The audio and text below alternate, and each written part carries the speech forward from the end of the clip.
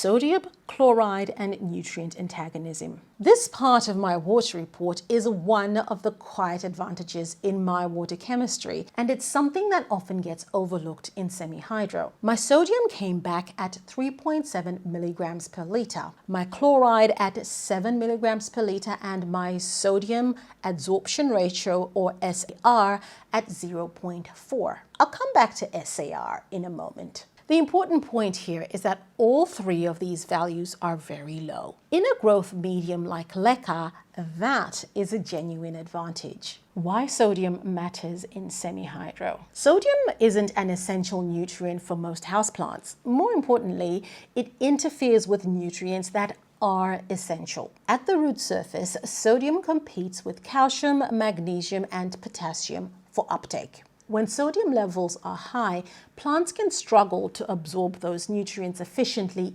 even when they're present in the solution. In soil, some of that competition can be softened because of the buffering. In Leca, there is no buffering.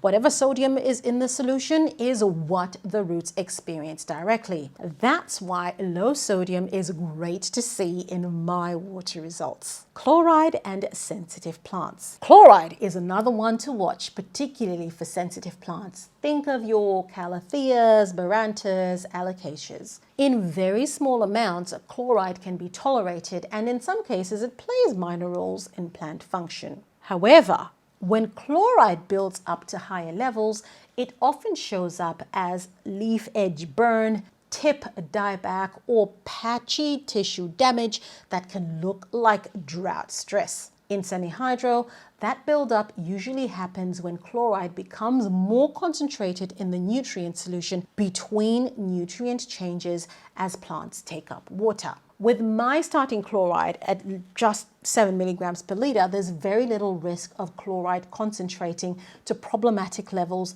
between solution changes. That likely contributes to the long-term stability I've seen with plants that are often described as fussy, like Calatheas and Alocasias. What SAR tells us and why it matters. Let's get back to SAR. SAR stands for sodium adsorption ratio. It describes how dominant sodium is relative to calcium and magnesium in the water. It doesn't just ask how much sodium is present, but how much sodium is present in relation to the nutrients it competes with. An SAR of 0.4 is extremely low. That tells me sodium isn't crowding out calcium and magnesium at the root surface. So even though my calcium and magnesium levels are low overall, sodium isn't making uptake more difficult. Low sodium and chloride matter over time because they reduce the chance of salts concentrating in the nutrient solution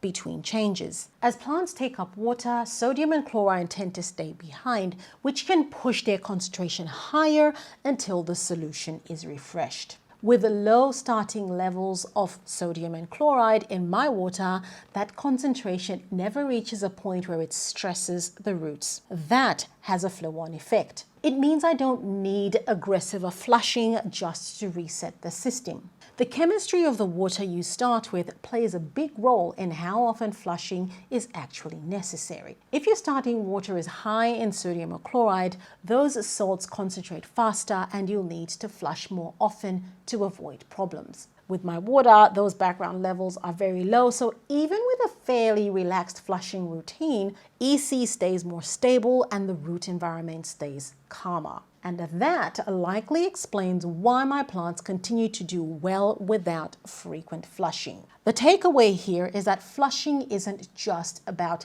maintenance habits. How often you need to flush depends heavily on the chemistry of the water you're using to begin with. In semi-hydro, stability almost always matters more than chasing perfect numbers. This part of the report tells me something important. The water I'm starting with isn't working against my nutrient solution. It's not blocking calcium or magnesium, and it's not quietly adding stress at the root zone over time. That gives me stable foundation to work from. When low sodium and chloride are combined with a low alkalinity and a low starting EC, nutrient behavior becomes far more predictable and easier to manage.